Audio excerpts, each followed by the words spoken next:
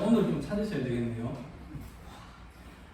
에스겔서 37장 1절부터 14절까지 말씀입니다.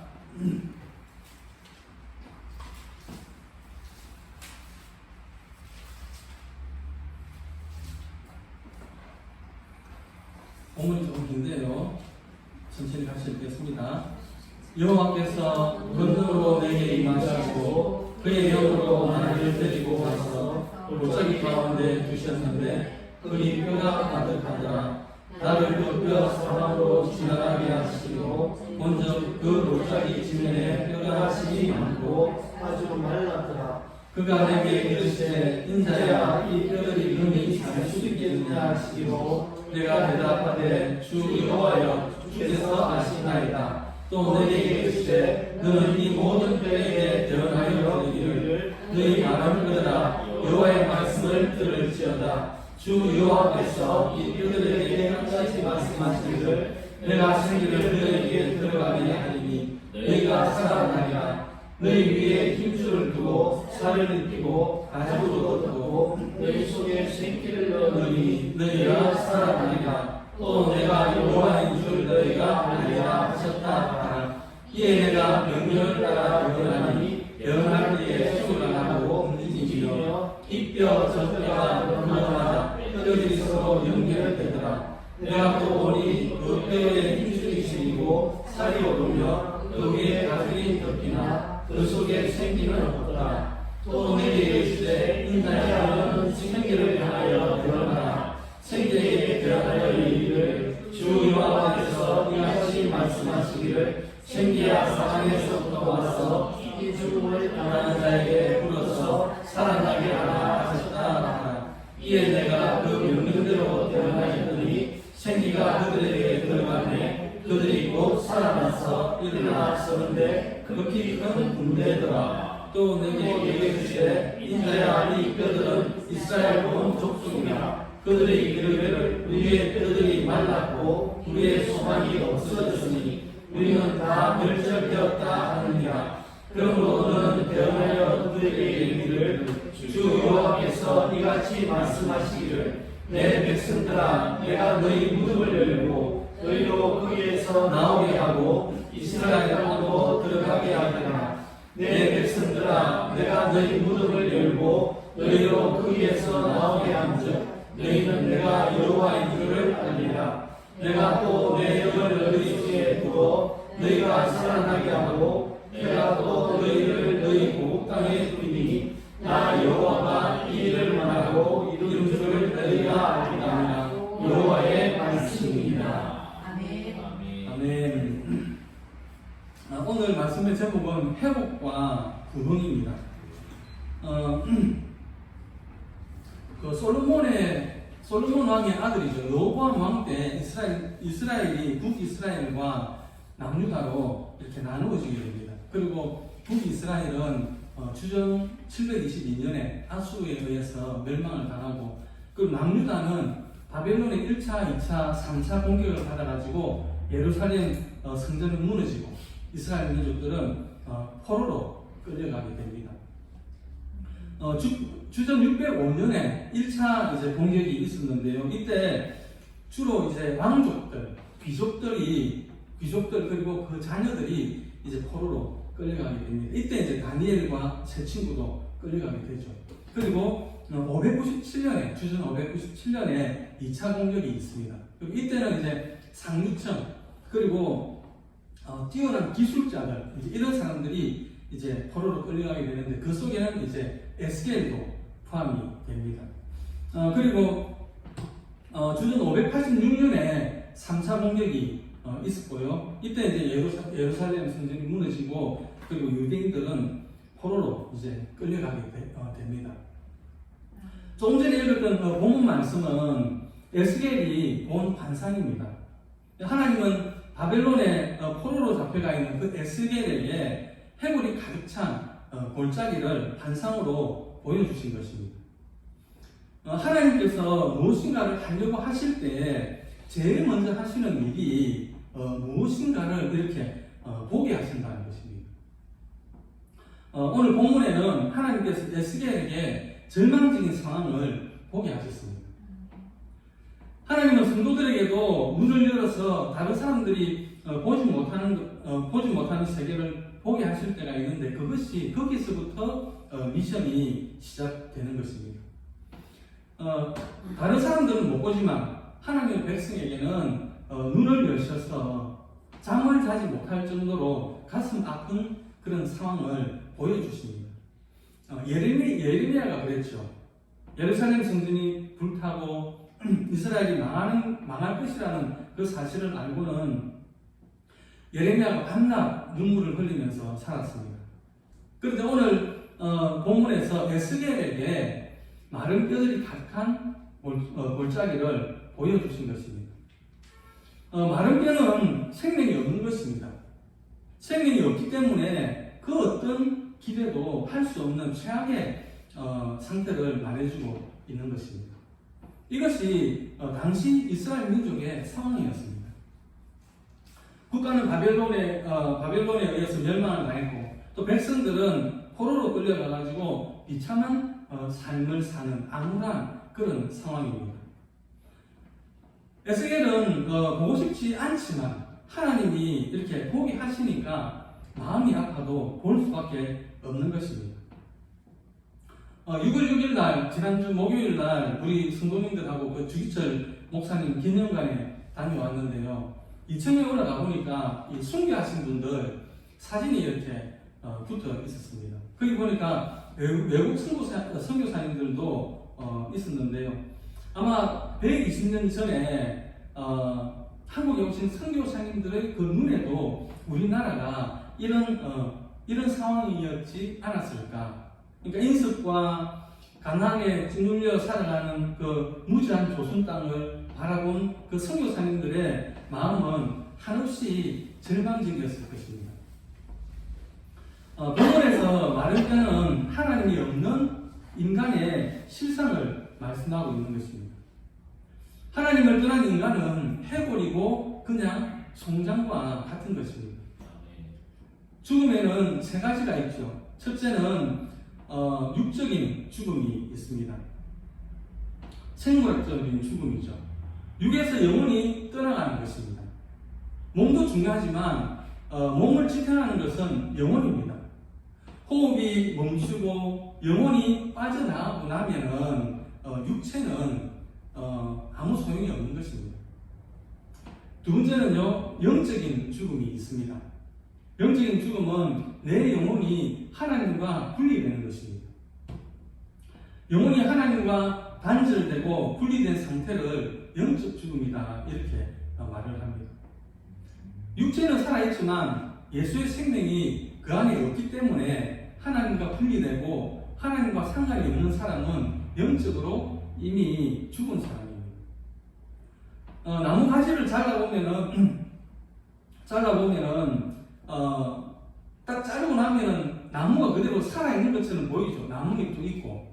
그러나 살아있는 것처럼 보이지만 사실은 죽은 나무가 되는 것입니다.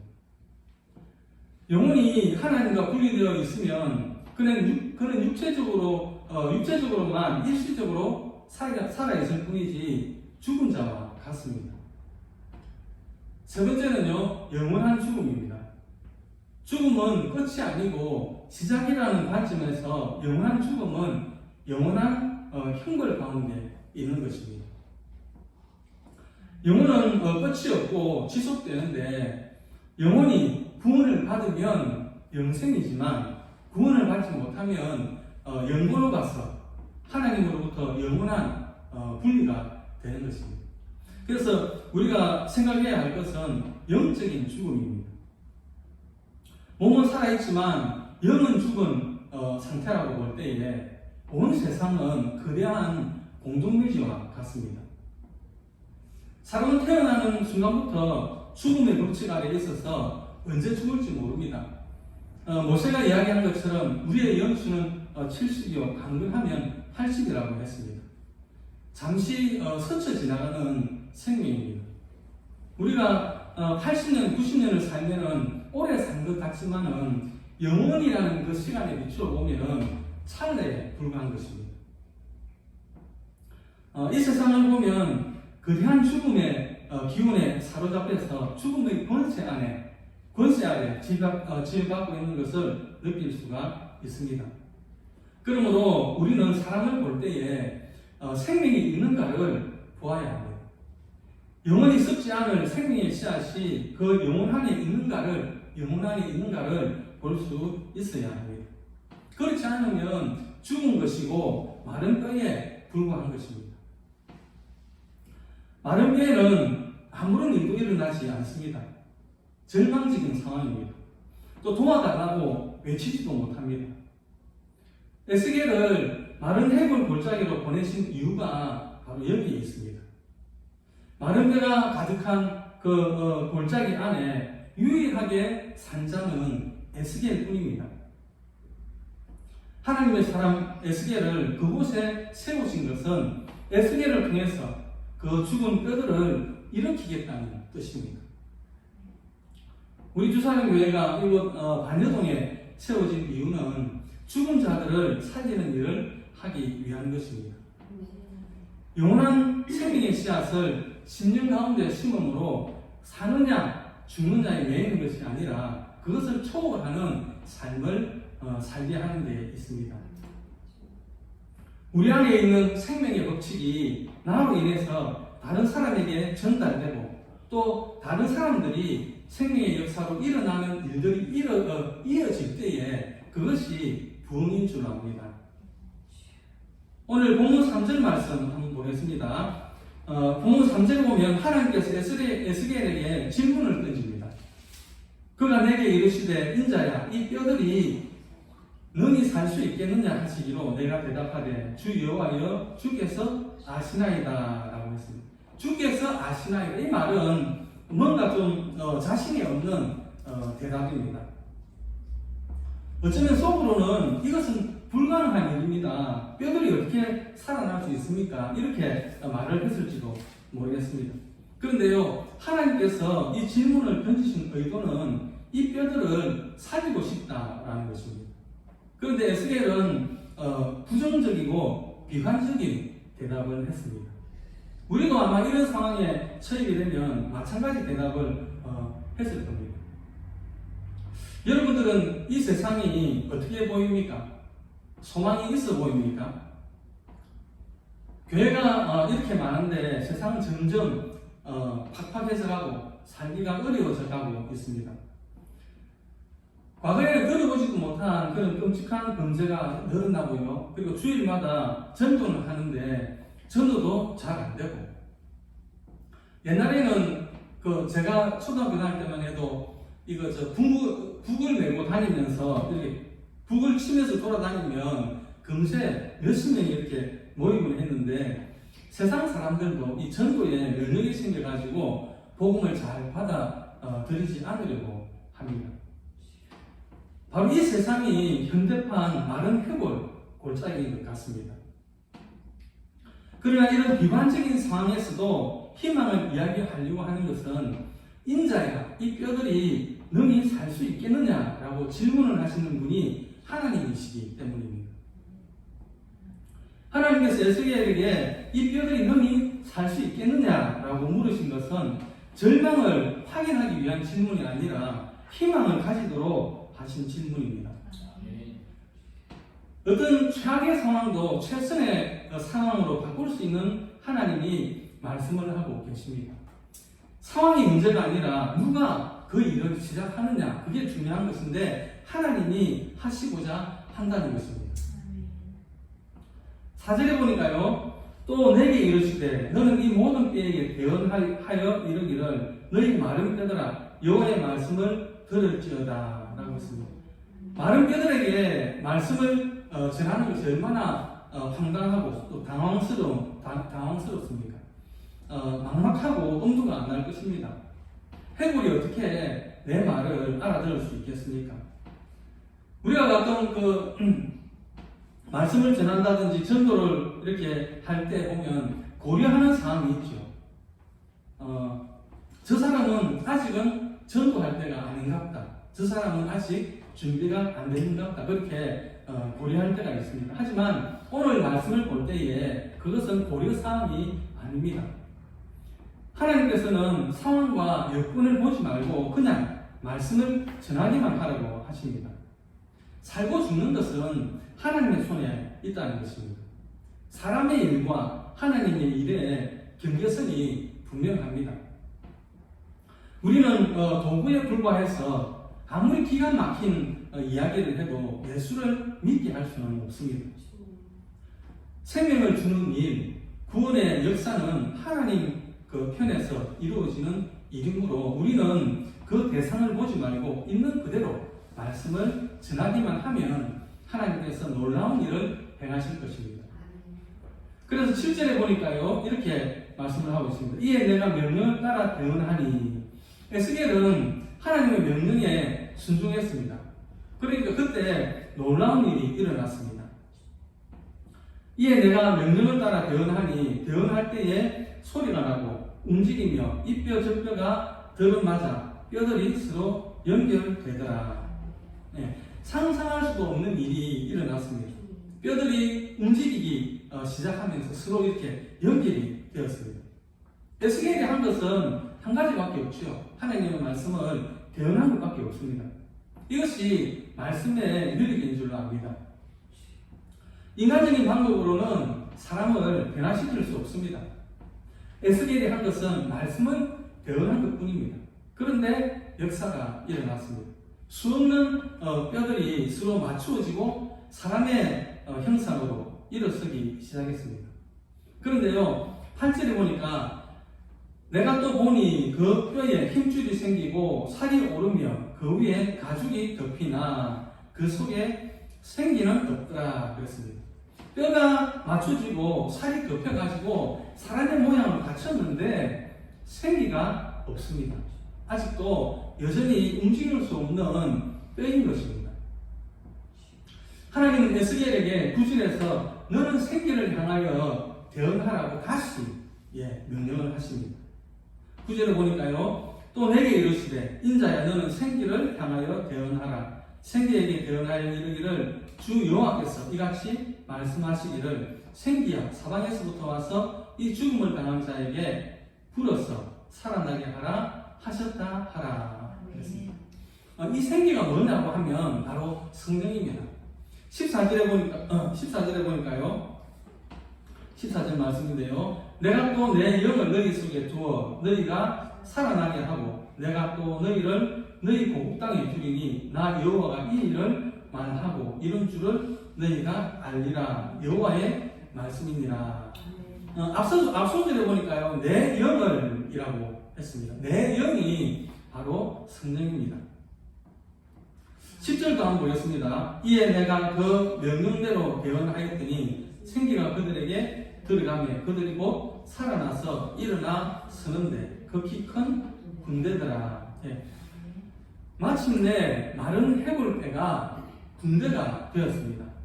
명확한 성령의 역사를 보여주는 환상적인 그림입니다. 생기가 들어가서 살아나는 역사가 일어난 것입니다. 여기에서 중요한 것은 생기입니다.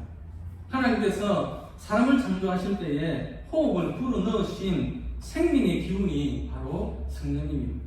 그 성령은 예수를 죽음 가운데서 살리신 부활의 영입니다.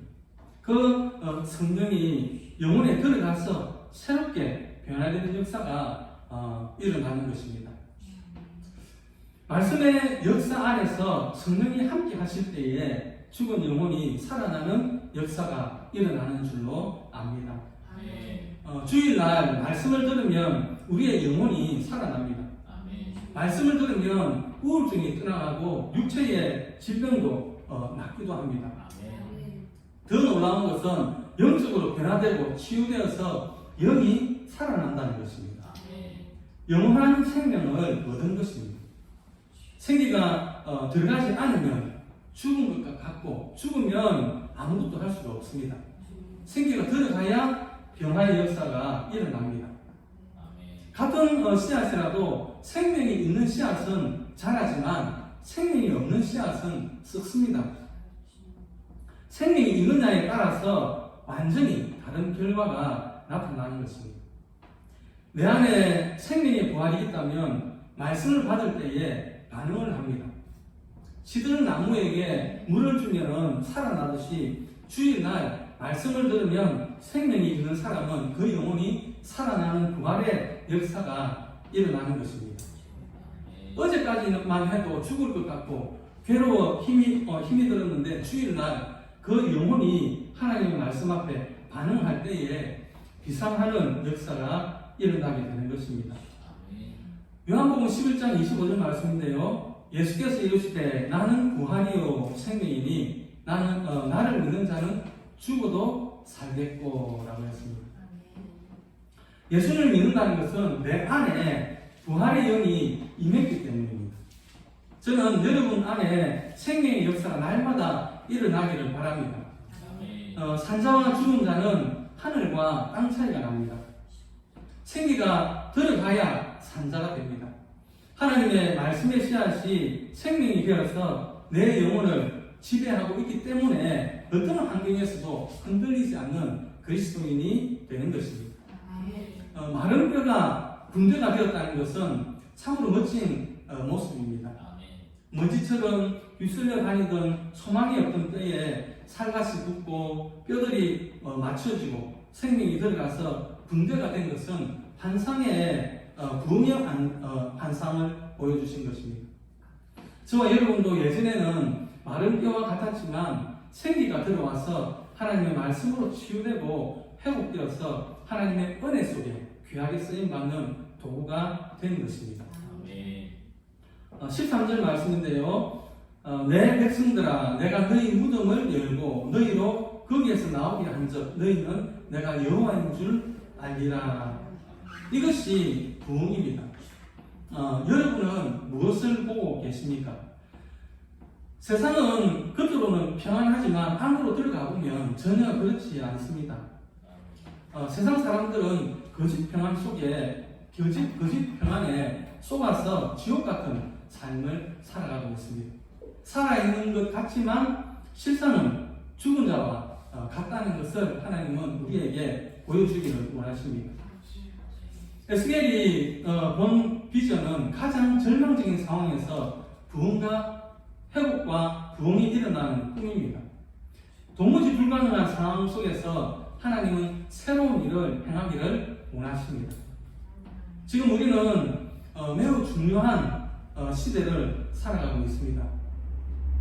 우리 부산만 해도 교회들이 그 코로나 이후에 질적으로나 양적으로 많이 줄었습니다. 그러므로 우리가 갈망해야 할 것은 다시 이 땅에 부흥의 불이 타오르기를 원하고 특별히 성도들에게 진리의 말씀으로 인한 내적인 변화가 뚜렷하게 나타나야 하겠습니다. 그래서 예수 그리스도가 살아났다는 부활의 사건이 나의 삶 속에서 끊임없이 재현됨으로 복된 복음을 힘있게 전하는 우리 주사랑교회 성도님들이 되시기를 주님의 이름으로 축원드립니다. 아멘. 기도하겠습니다. 하나님 아버지 은혜를